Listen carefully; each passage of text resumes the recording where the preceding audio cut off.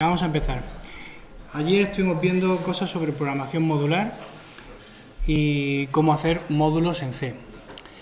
Y uno de los detalles que nos quedó ahí un poco abierto, que dije que investigaría, fue el tema de la variable error que queríamos poner en nuestro módulo, que teníamos declarada en el fichero .h del módulo, error, la pusimos fuera, y dijimos, cuando yo quiero tener una variable dentro de un módulo, pero quiero que se pueda utilizar en otros módulos, tengo que hacerla pública, pero no la puedo hacer pública poniéndola en el .h directamente su declaración, porque cada vez que yo la incluya se estará declarando y aparecerá una declaración duplicada. Sin embargo, no conseguí que saliera el error, ¿vale? Entonces, parece ser que el compilador de C, si no inicializas la variable, optimiza. Entonces, como resultaba que en main.c se estaba usando la variable, pero solo se le estaba dando valor en naturales.c, perdón, no se le estaba dando valor en ninguno de los sitios, C optimizaba y quedaba con una de las declaraciones solamente. En cuanto yo inicializo la variable en el .h, claro, si no lo hago en el .h no tiene sentido. Al compilar, sí que me debe dar el error.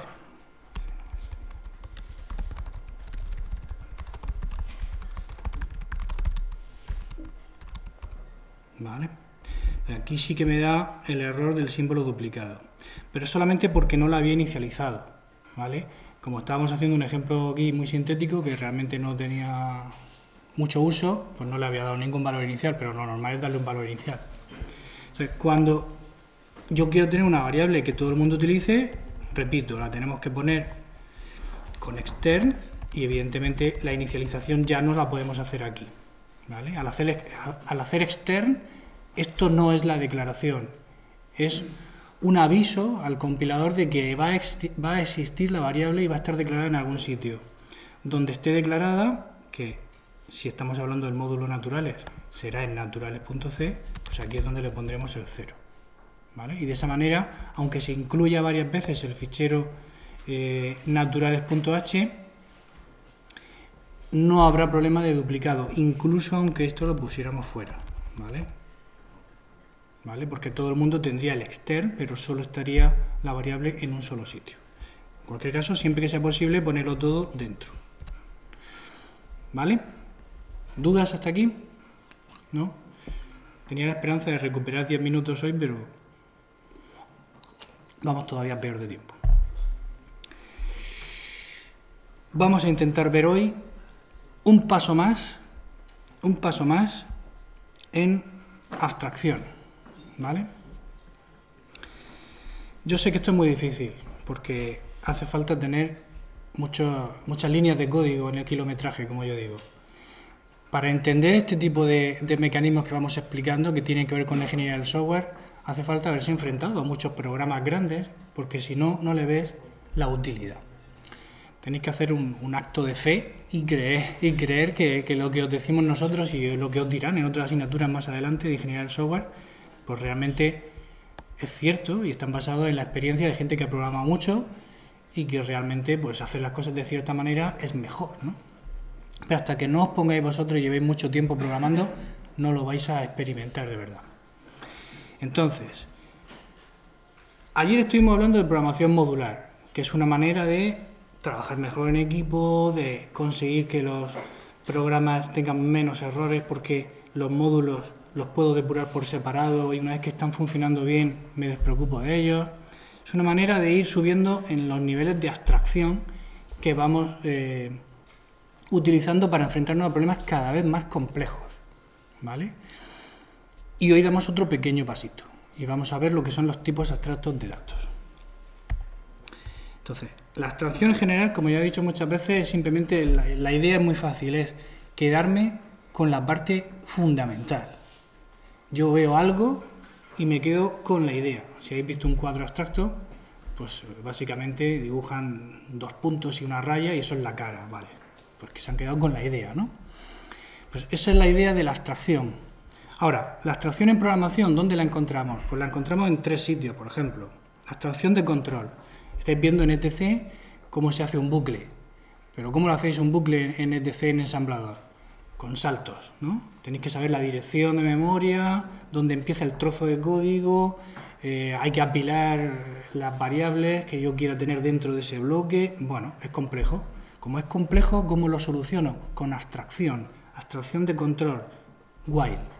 El bucle while es una construcción de un lenguaje que me permite abstraerme de los detalles del ensamblador. Apilar, desapilar para el bloque, el salto y la condición. No, yo quiero repetir mientras y ahí se acaba. Entonces, me enfrento a un problema de una forma más sencilla que antes. He subido el nivel de abstracción. Abstracción funcional, también la conocéis. Yo escribo código, pero veo que hay partes del código que se repiten y saco factor común, le pongo nombre y creo una función. Y a partir de ese momento, esa función ya está terminada, la utilizo con su nombre y me olvido de cómo está hecha por dentro. Solo me centro en qué hace. Ignoro el cómo está hecho y me centro en el qué hace.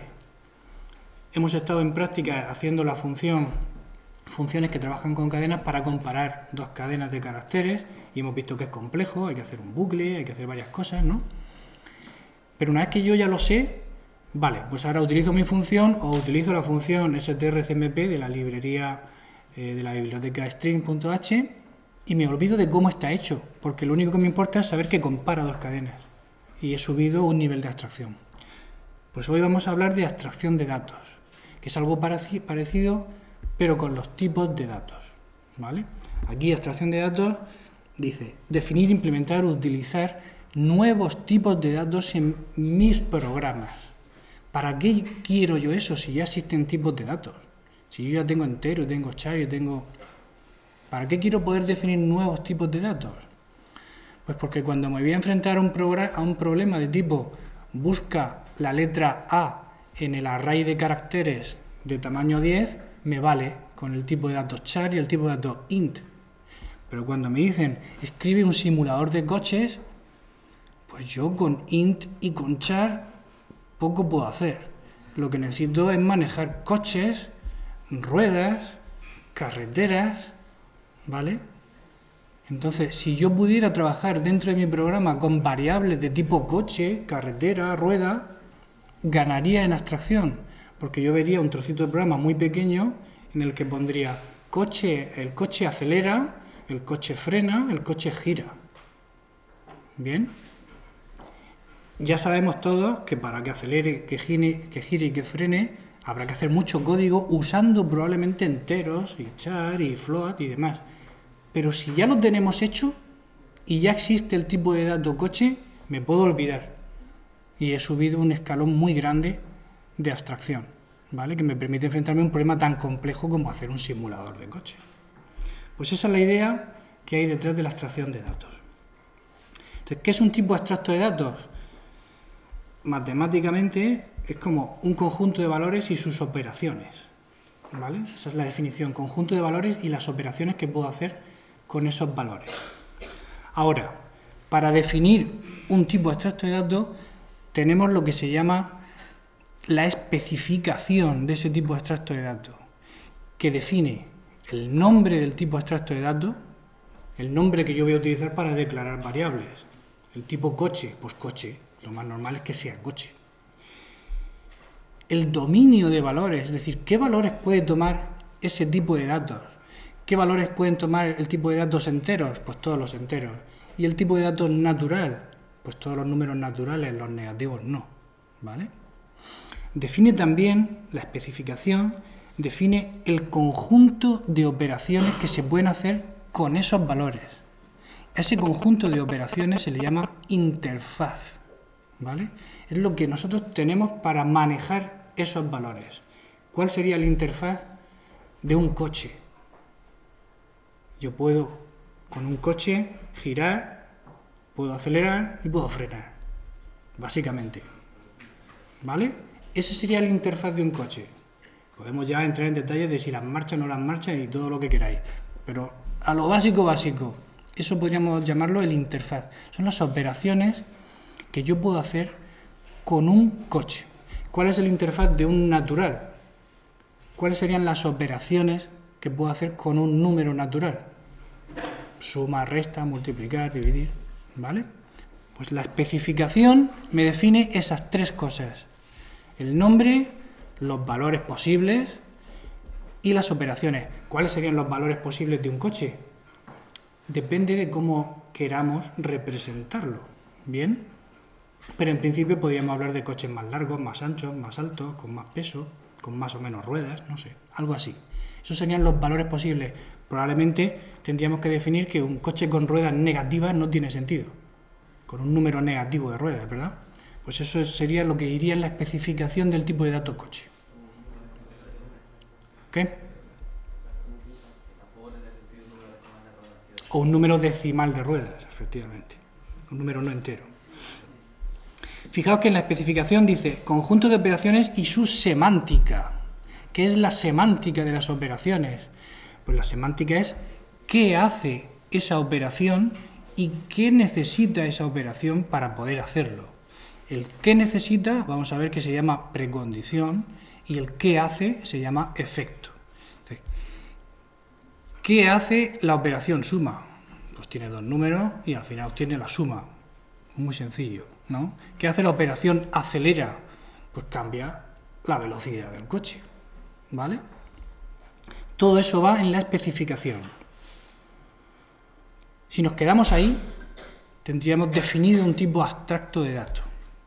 Pero nosotros tenemos que ir un paso más, porque tenemos que ser capaces de implementar, de llevar a cabo de verdad, de realizar tipos de datos para poder usarlos en nuestros programas. Entonces,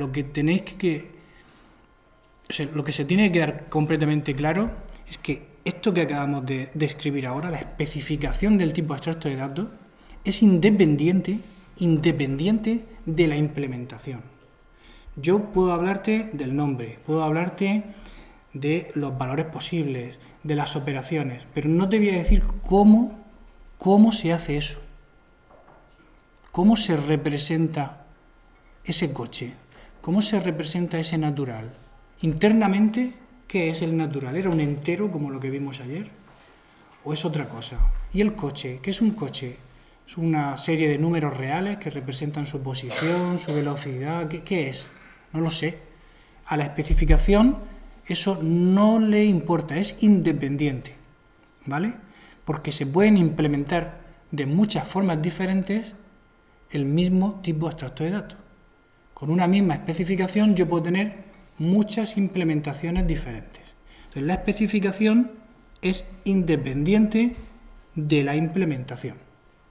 Eso sí, la implementación tiene que cumplir la especificación. Es decir, si yo he dicho que el tipo de datos va a tener un nombre que va a ser coche, cuando yo lo implemente tendré que poder declarar variables de tipo coche, con ese mismo nombre.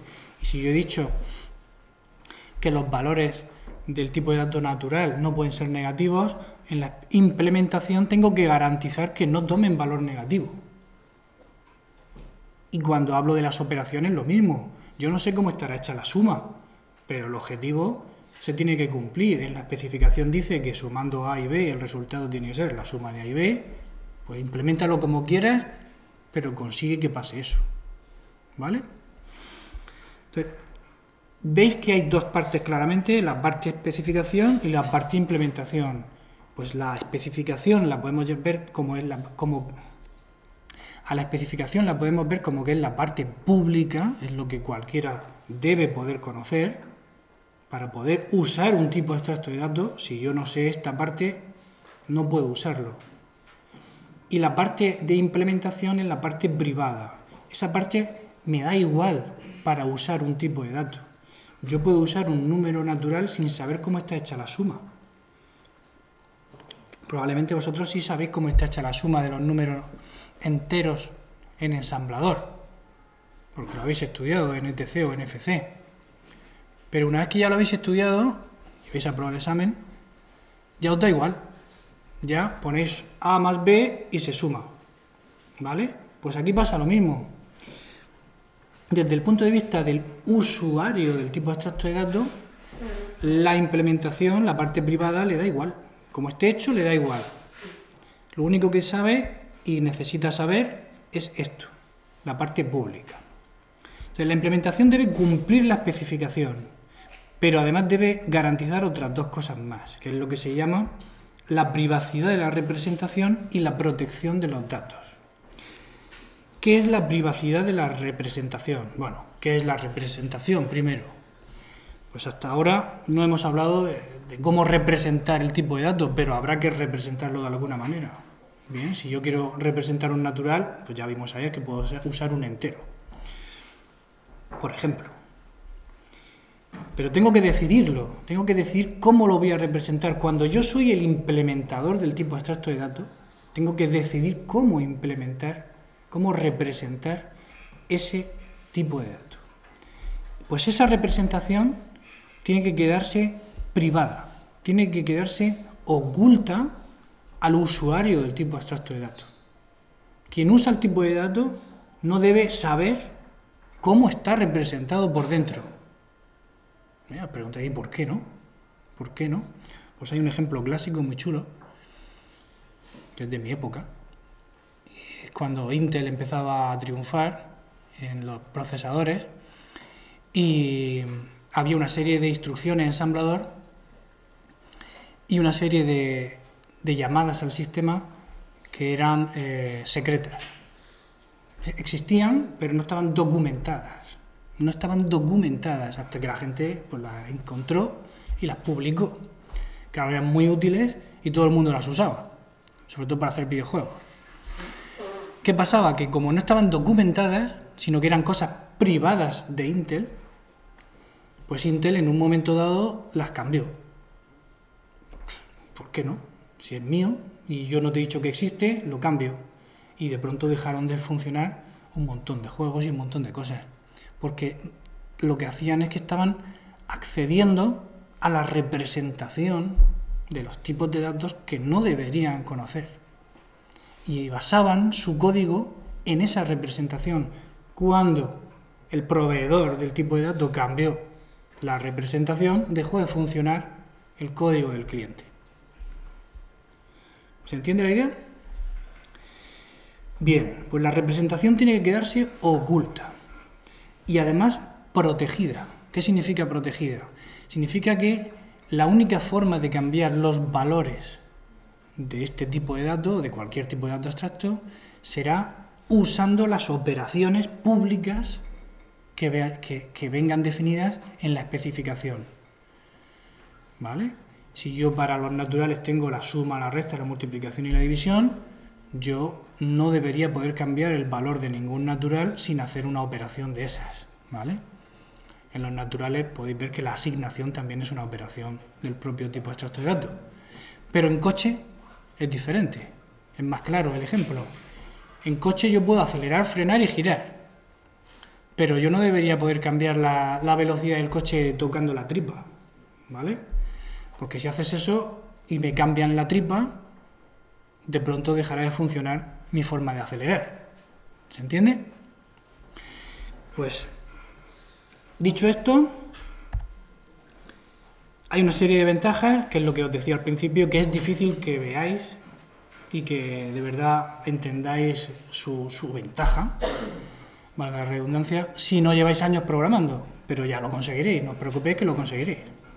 Entonces, lo fundamental es que los tipos abstractos de datos separan claramente la especificación, es decir, qué hace, de la implementación, cómo se hace. Y eso es lo que proporciona todas las ventajas. Facilidad en el desarrollo y mantenimiento. O sea, claro, si yo tengo este tipo abstracto de datos, que ya lo tengo cerrado y funciona bien, el resto de mi programa lo puedo desarrollar muy fácilmente porque no me tengo que preocupar de cómo está hecho todo eso por dentro. Solo uso las operaciones y ya está, funciona. Y el mantenimiento, hombre, si yo encuentro un fallo en mi tipo abstracto de datos y lo corrijo, toda mi aplicación funcionará mejor. Sin cambiar ni una línea de código de la aplicación. Porque si yo cambio la implementación, eso no afecta a cómo se usa el tipo de datos. ¿Se entiende? ¿Sí? Aumenta la reusabilidad. Hombre, si yo tengo el tipo de datos, lo puedo usar en muchos programas diferentes. Si yo tengo 20 líneas de código en mi programa que sirven para manejar naturales o sirven para manejar un coche y ahora quiero hacer otro programa con coches, ¿qué hago? ¿Copio y pego? ¿Encaja perfectamente o no? No, esa no es la forma. La forma es que yo tengo un tipo de dato coche y lo uso en este proyecto o en este otro. Mejora la fiabilidad.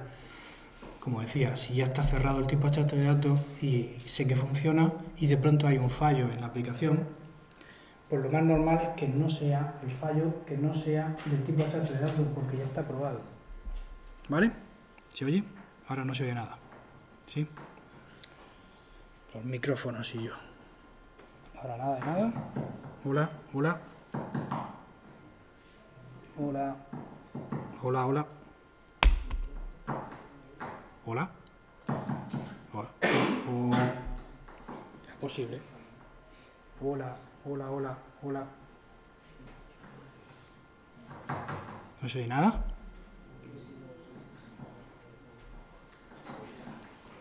Sí, se oía bien. A ver. Ahora, ahora. Hola.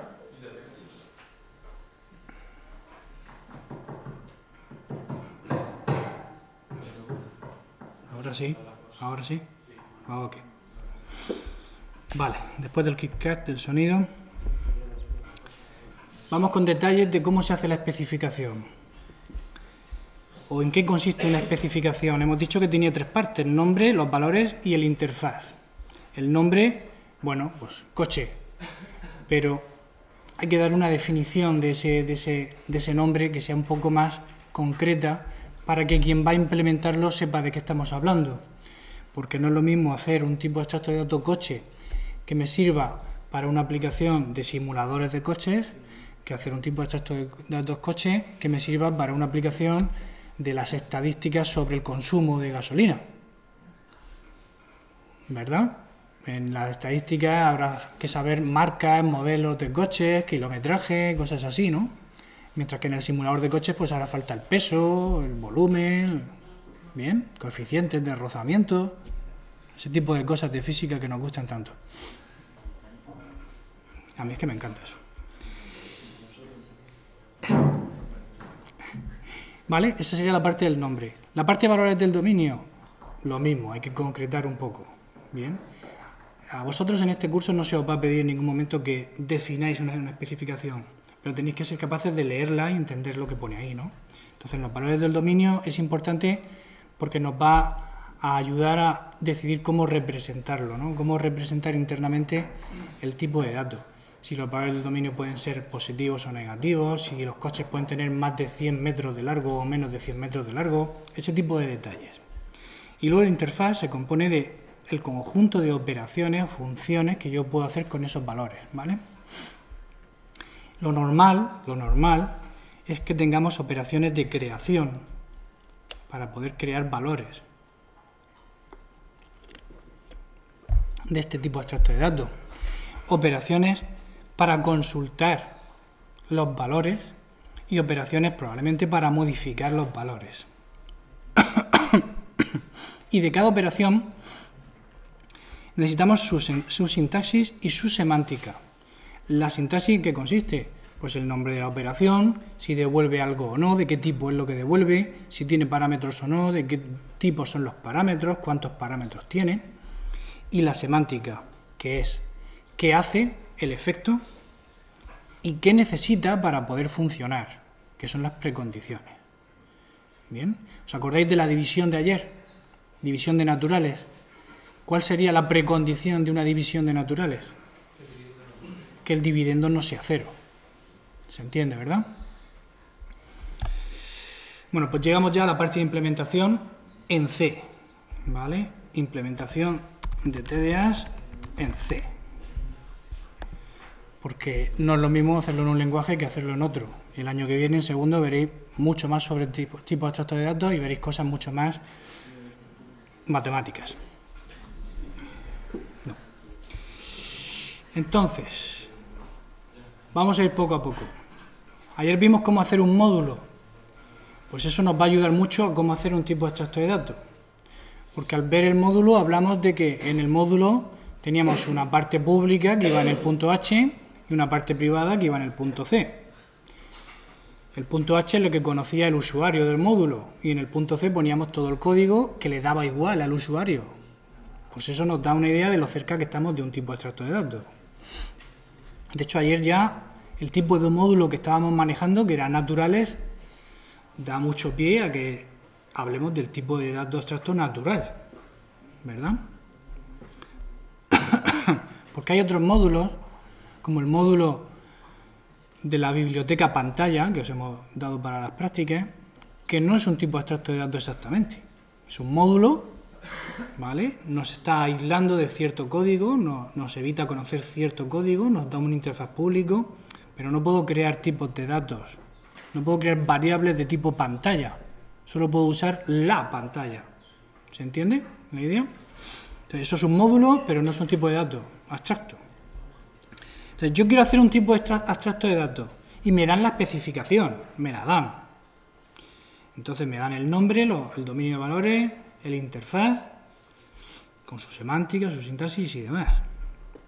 ¿Qué hago en C? Pues en C me hago un módulo. Un módulo con el nombre que yo quiera, pero lo normal es que llame al módulo igual que el nombre del tipo abstracto de datos. Y tendrá dos ficheros, el punto C y el punto H. En el punto C voy a poner el código de todas las operaciones. Y en el punto H voy a poner solo la parte pública. ¿Qué es la parte pública? El nombre y el interfaz público, el listado de operaciones sin el código, que es lo que poníamos en el punto H de un módulo, ¿vale? Bueno, pues lo único diferente con respecto a ayer es que vamos a utilizar punteros para conseguir las dos propiedades que necesitábamos de cualquier implementación, que es privacidad y protección. De tal manera que si estamos implementando el tipo de datos tipo, esto probablemente sea el peor nombre posible, pero no sé cuál poner, para un ejemplo genérico. Si queremos implementar el tipo tipo, pues yo pongo en el punto H esta declaración.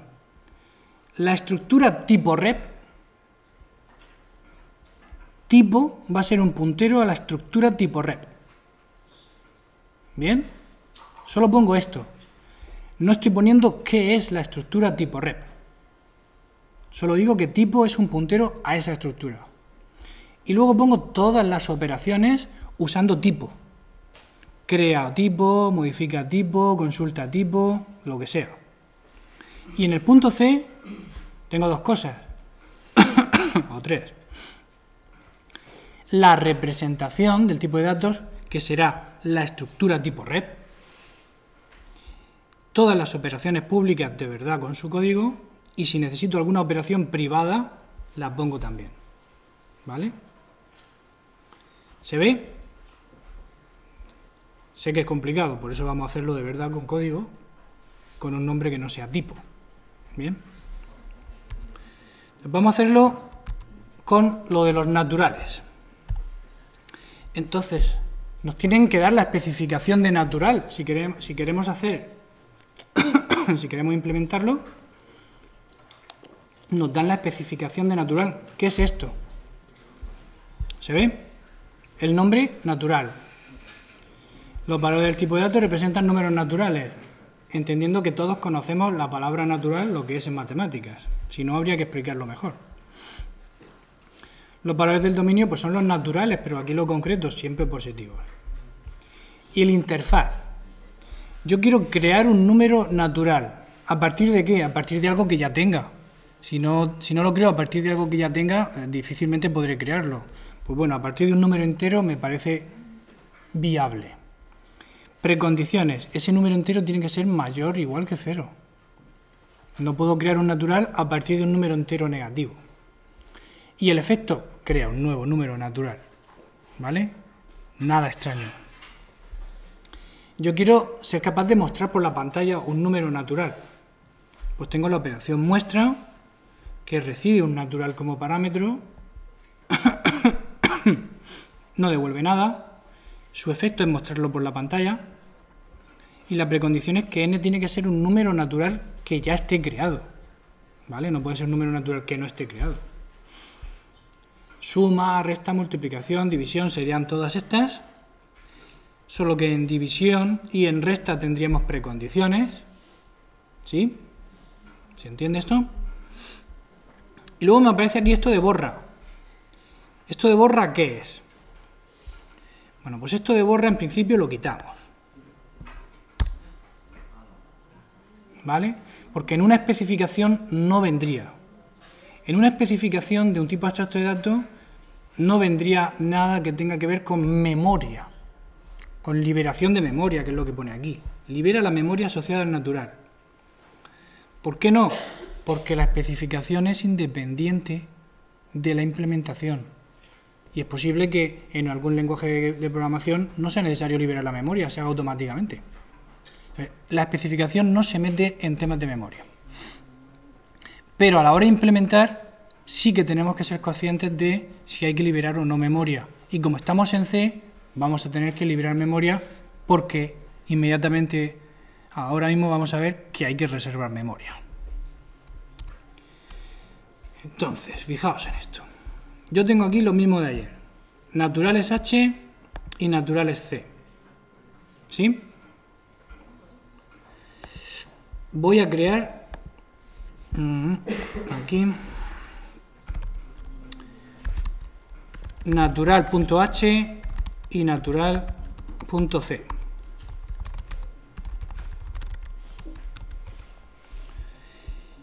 Y voy a poner en natural.h lo que hemos dicho que tenemos que poner. Esto de aquí.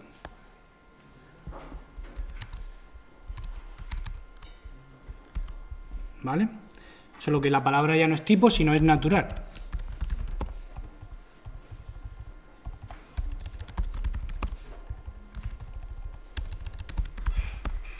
¿Fácil hasta aquí? ¿Sí? Pero aquí solo viene la operación crea y en nuestra especificación tenemos más. Tenemos crea, tenemos muestra y tenemos suma. ¿Vale?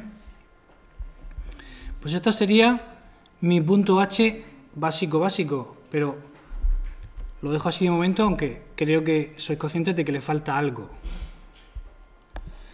Y aquí en el natural.c tengo que hacer lo que decía en la transparencia, en la parte de implementación. Tengo que hacer el struct tipo rep y todo lo que necesite. Struct natural rep, la representación interna de un natural y el código de todas las operaciones de verdad. Claro, tendré que poner todas las que yo tengo puestas en mi interfaz.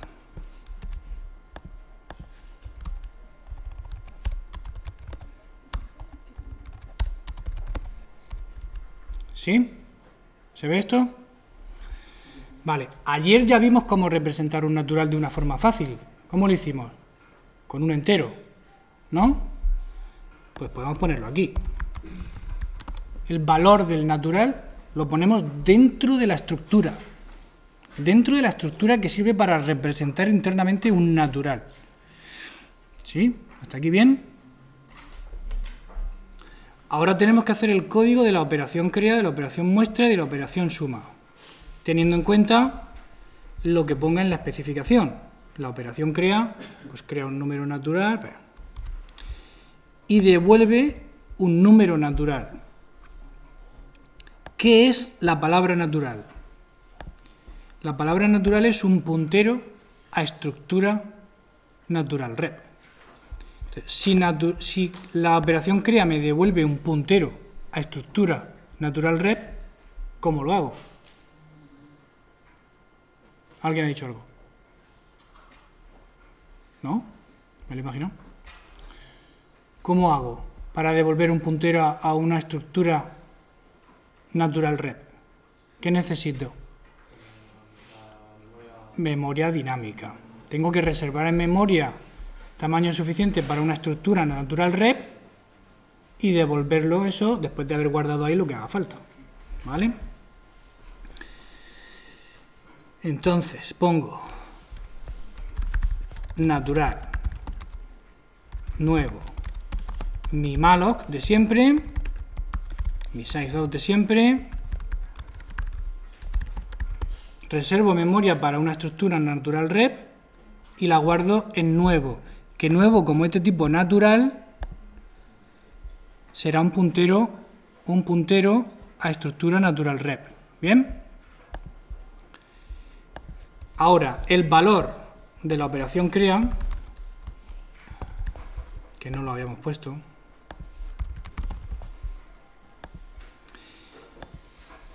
lo guardo dentro de la estructura que acabo de crear, con flecha, ¿verdad?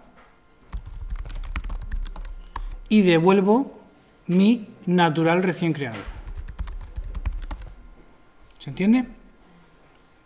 Entonces, he creado un nuevo natural, lo he rellenado y lo devuelvo.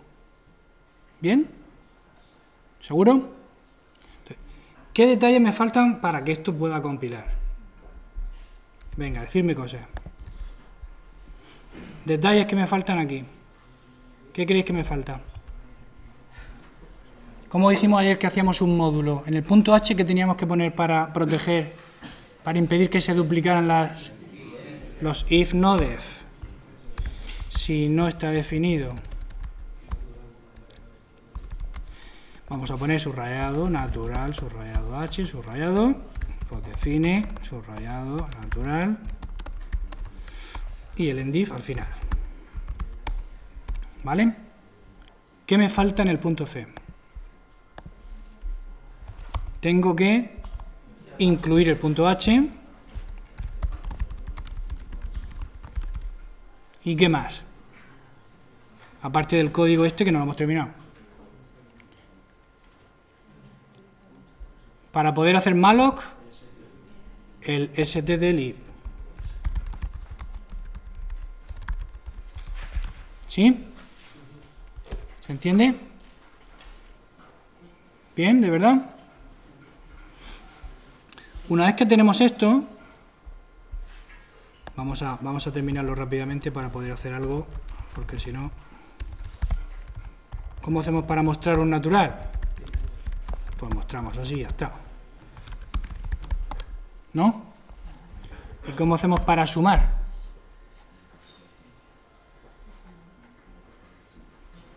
¿Cómo hacemos para sumar dos naturales y devolver un natural que sea la suma de los dos? Si hacemos return A más B, ¿qué estamos sumando? Punteros.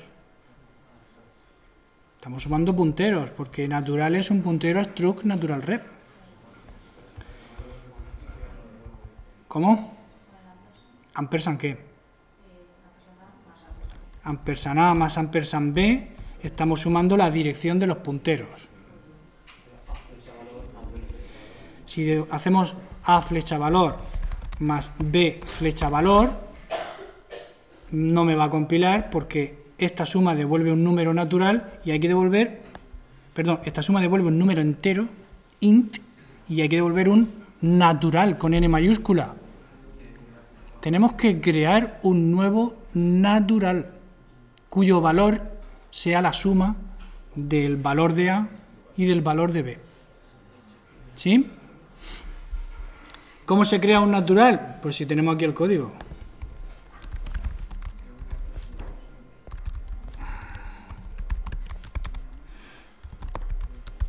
Yo repito otra vez todo. ¿No? Y en su valor pongo, ahora sí, esto de aquí. Y devuelvo la suma. ¿Se ve? Me falta un punto y coma. ¿Sí? ¿A alguien se le ocurre una forma más corta de hacer esto? Podríamos hacer esto.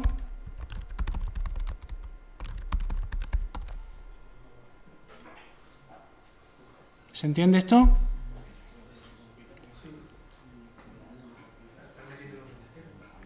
Crea me devuelve un nuevo natural, con el valor que yo le pase como parámetro. Si yo hago la suma, como sé que son enteros, pues puedo sumarla así. Hago la suma y ya está. ¿Bien? ¿Se entiende o no? De las dos formas es válido. Vale, y una vez que ya tengo más o menos esto terminado, natural C, natural H, ya tendría mi tipo abstracto de datos terminado. Y ahora me voy al main, donde incluía naturales.h, voy a poner aquí natural.h. ¿Sí? El módulo que tenía lo cambio por mi nuevo módulo, que es un tipo abstracto de datos.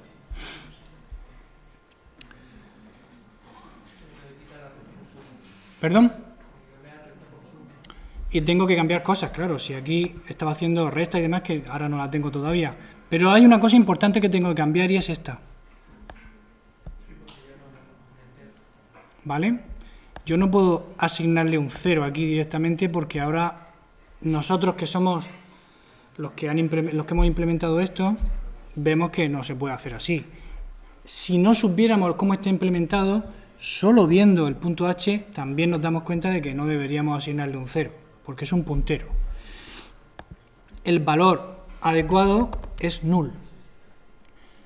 Ahora tenemos la opción de esta manera tenemos la opción de identificar que una variable de tipo natural está o no está creada con el valor null.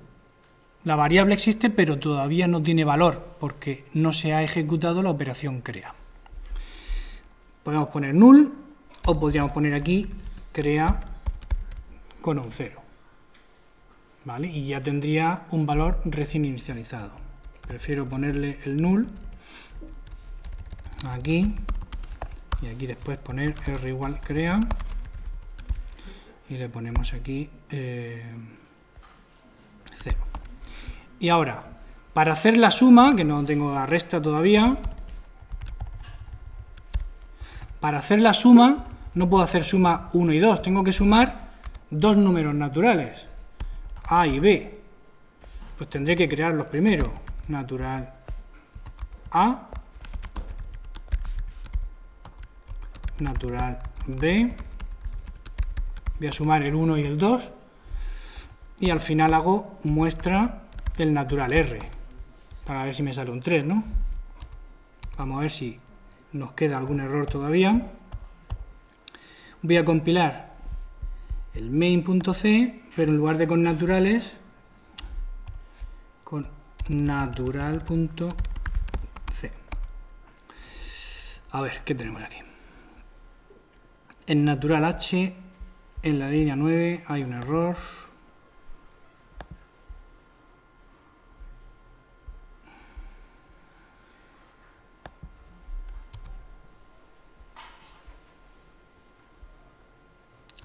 Aquí hay un problema de codificación de caracteres, porque he copiado del PowerPoint y parece que no le gusta esto. ¿Veis que hay aquí un null character extraño?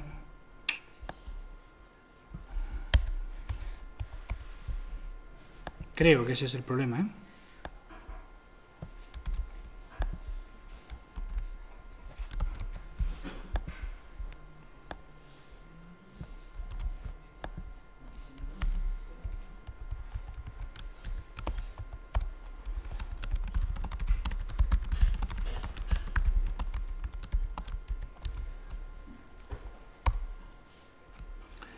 Y ahora el error me lo da en el C, porque también había copiado ahí algo del PowerPoint.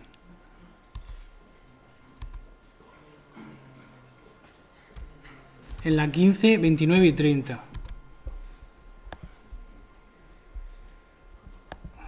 Aquí hay algo. Ah, mira, mira, cuando lo voy a borrar se nota.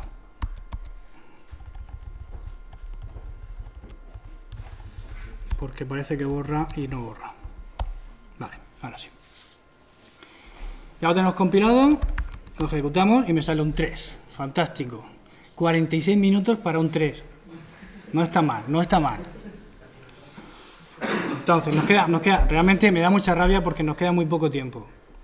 Pero, os voy a enseñar dónde está la potencia de verdad de los números naturales, no, la potencia de los tipos abstractos de datos. Yo tengo hecha aquí, ya, como sabía no me iba a dar tiempo, tengo hecho 2 implementaciones de números naturales completas, ¿vale?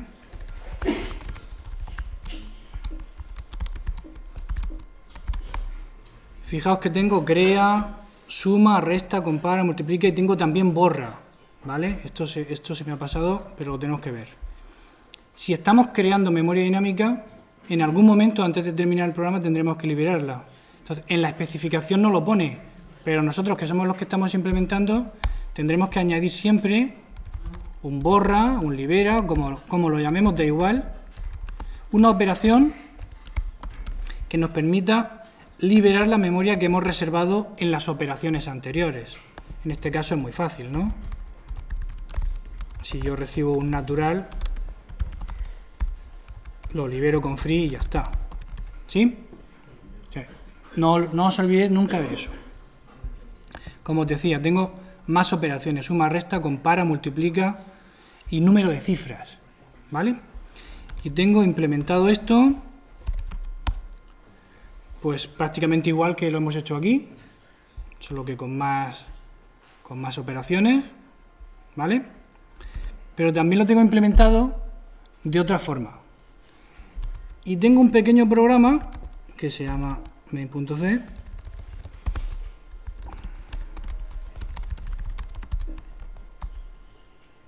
¿no?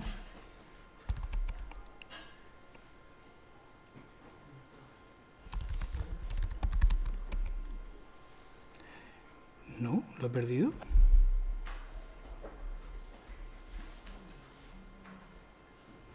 Oh, qué rabia, lo había perdido. Lo tenía aquí.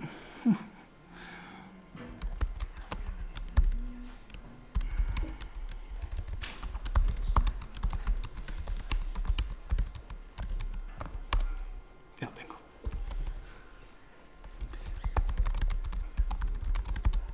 Aquí está. Tengo un programa que calcula el factorial de un natural. Lo calcula usando recursividad, que no lo hemos visto todavía, aunque creo que os lo han mencionado en ETC. ¿Es posible? ¿Sabéis lo que es la recursividad? Una función que se llama otra, una función que se llama a sí misma, lo veremos después de vacaciones, ¿vale? Pero ¿cómo es el factorial de un número? El factorial de 3 es 3 por el factorial de 2, ¿no? Eso es como lo habéis visto en matemáticas. Bueno, pues la operación factorial, al final multiplicamos n por el anterior del número natural que nos están pasando, ¿vale? Venga. Pues tengo test 1 y test 2. Tengo compilado, por un lado, natural.c y por otro lado, natural2.c. Fijaos que tengo natural2.o y natural.o. Los tengo compilados sueltos. Para compilar suelto se hace así. ¿Vale? Esto genera natural.o. Y ahora voy a compilar el programa usando natural.o, que ya está compilado. Ejecuto mi programa, que se llama A, porque no le he puesto nombre, y me dice número natural para calcular su factorial. 3. Factorial de 3 tiene una cifra y es 6, ¿sí? Factorial de 10 tiene 7 cifras y es eso. ¿Y el factorial de 100 cuánto es? 0. ¿Por qué me da 0? Porque se sale de rango, ¿vale? Pues tengo natural2.c, que es otra implementación diferente de los números naturales, que cumple la misma especificación, pero que representa un número natural mediante un array de 10.000 cifras, ¿vale? Y hace todas las operaciones necesarias para sumar, restar, multiplicar usando el array de cifras, que es un ejercicio súper interesante. Ahora voy a compilar el mismo programa usando natural2.o, ¿vale? Yo no veo el código, Solo tengo el punto H. No veo el código. Lo he enseñado, pero no lo veo. Compilo usando el punto O que me dan. No cambia nada. Pero ahora el ejecutable, cuando le digo que me... No ha cambiado nada y no ha hecho nada nuevo, ¿no? ¿Por qué? El día de los errores raros.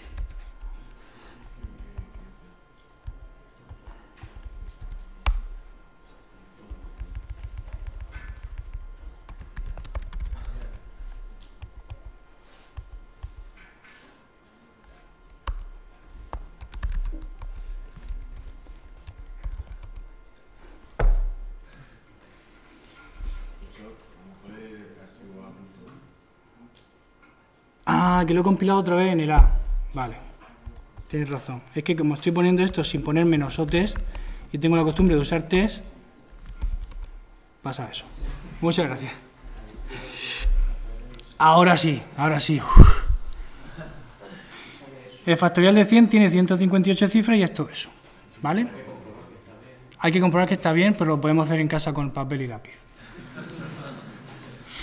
A ver. Todo este esfuerzo, ¿para qué? Para que veáis que efectivamente la separación entre especificación e implementación tiene unas ventajas muy importantes.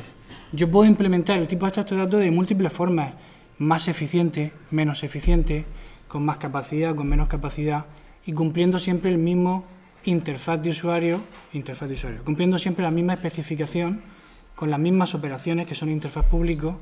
Yo no toco mi programa cliente, que es el main, pero al compilar usando el nuevo tipo de datos tengo más ventajas, ¿vale?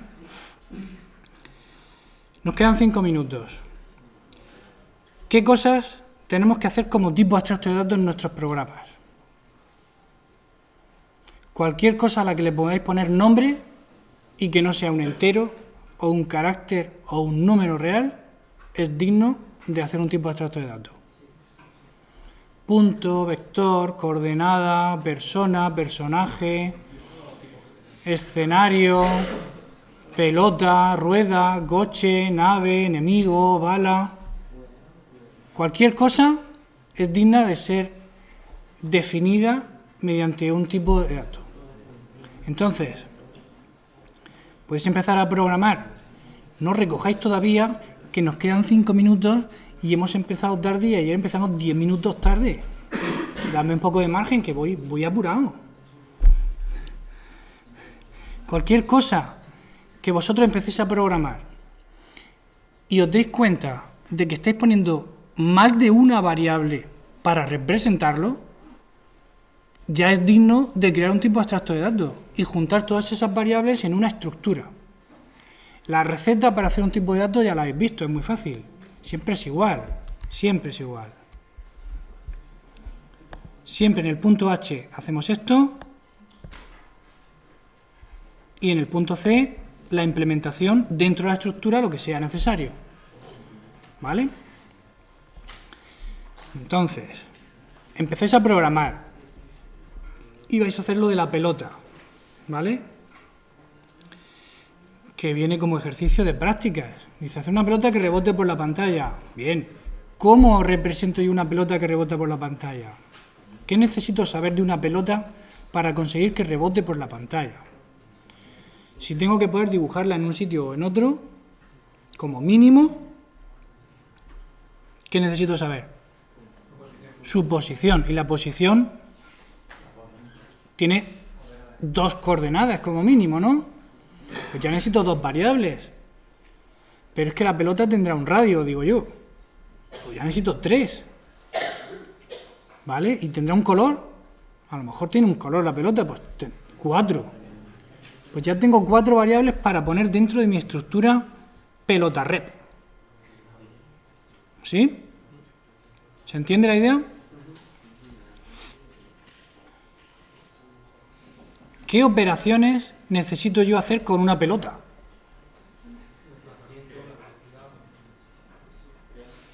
Tendré que crear la pelota. Antes de poder manejarla, tengo que crearla. Una vez que ya existe la pelota, ¿qué puedo hacer con ella?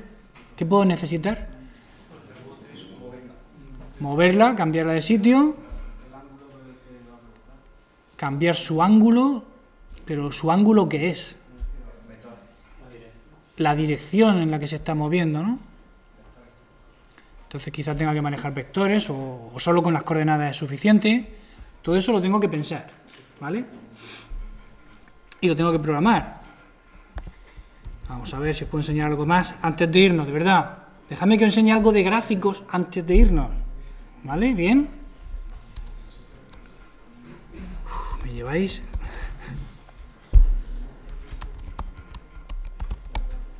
Venga, aquí tengo la pelota. Pero esta pelota es demasiado grande.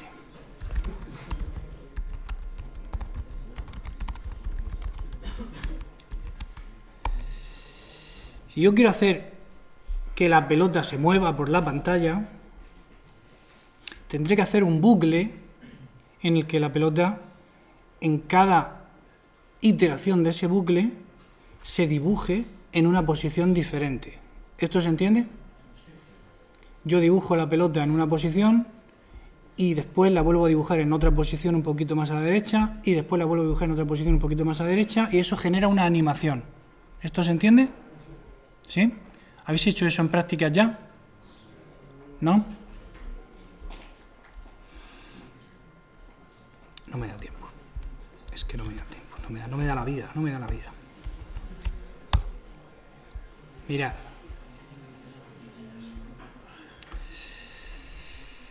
Vamos a quitarle a esto algunas cosas.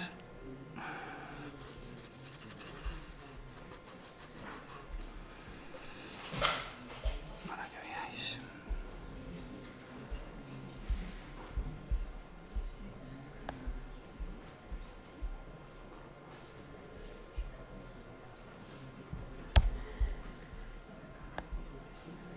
Como se queda grabado, además luego lo cogéis y lo copiáis entero. Que no digo que esté mal, ¿eh?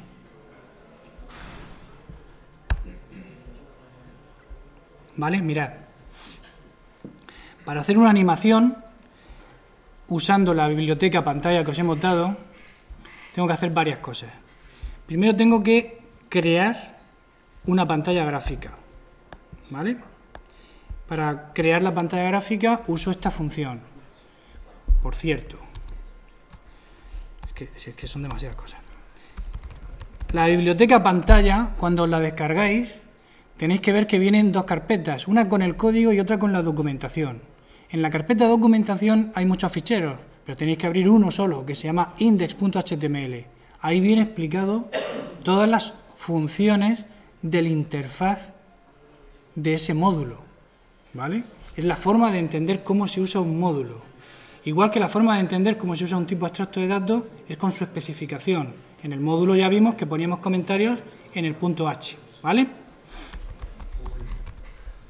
Bien, pues si leéis todo eso, encontraréis qué hace pantalla crea, qué hace pantalla color trazo, etc. Pantalla crea una pantalla.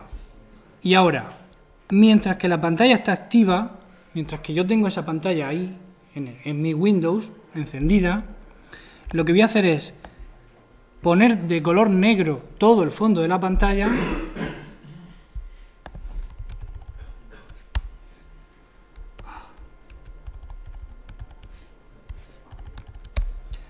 actualizar el estado de la pelota y dibujarlo en la pantalla. Y una vez que ya está dibujado en la pantalla, le digo a la pantalla que se actualice, es decir, que muestre de verdad todos los dibujos en mi monitor. Que espere un poquito y que siga dando vueltas, ¿vale? Entonces, si hacemos esto y creo la pelota, porque no la había creado,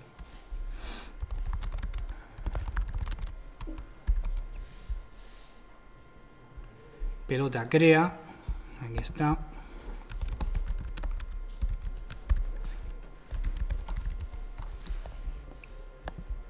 El radio, la X, la Y y el radio, ¿vale?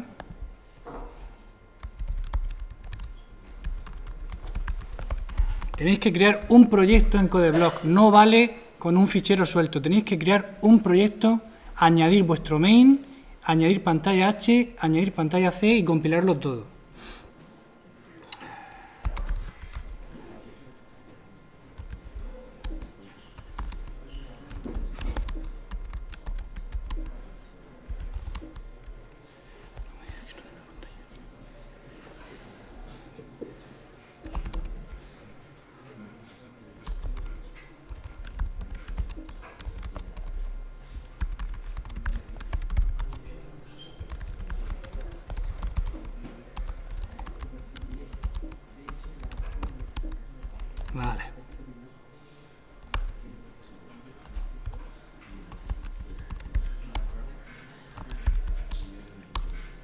Vale, ya está. Esto que yo he puesto aquí es equivalente a tener en vuestro proyecto de CodeBlock el fichero main.c, el fichero pantalla.c y mi tipo de extracto de datos pelota.c, y el fichero pantalla.h y el fichero pelota.h, que no hace falta decirle al compilador nada porque están incluidos con la directiva include, ¿vale? Si tenéis todo eso en el proyecto de CodeBlock y tenéis bien configurado CodeBlock, CodeBlock lo compilará todo y linkará, que es -l, lo que yo pongo aquí, linkará con la biblioteca de SDL para poder generar los gráficos. Esto está aquí rebotando continuamente y yo solamente he puesto dentro de mi bucle actualiza y dibuja. Dentro de la operación actualiza, lo que se hace es modificar la posición de la pelota según la velocidad que tenga. Comprobar si la pelota choca o no y cambiar la velocidad cuando choca. Y en dibuja pelota, se dibuja la pelota en la posición en la que esté. Entonces, a la hora de hacer el interfaz, quizá la operación que se nos ocurrió al principio de mover pelota, de cambiar dirección de pelota, es la intuitiva al principio, pero para hacer animaciones no es la mejor. Para hacer una animación lo mejor es que el propio tipo de extracto de datos sepa lo que tiene que hacer internamente con ese elemento cuando yo quiero que se actualice su posición y que se dibuje también solo donde esté. ¿De acuerdo? Vale, pues espero que os sirva para las prácticas esto. Felices vacaciones.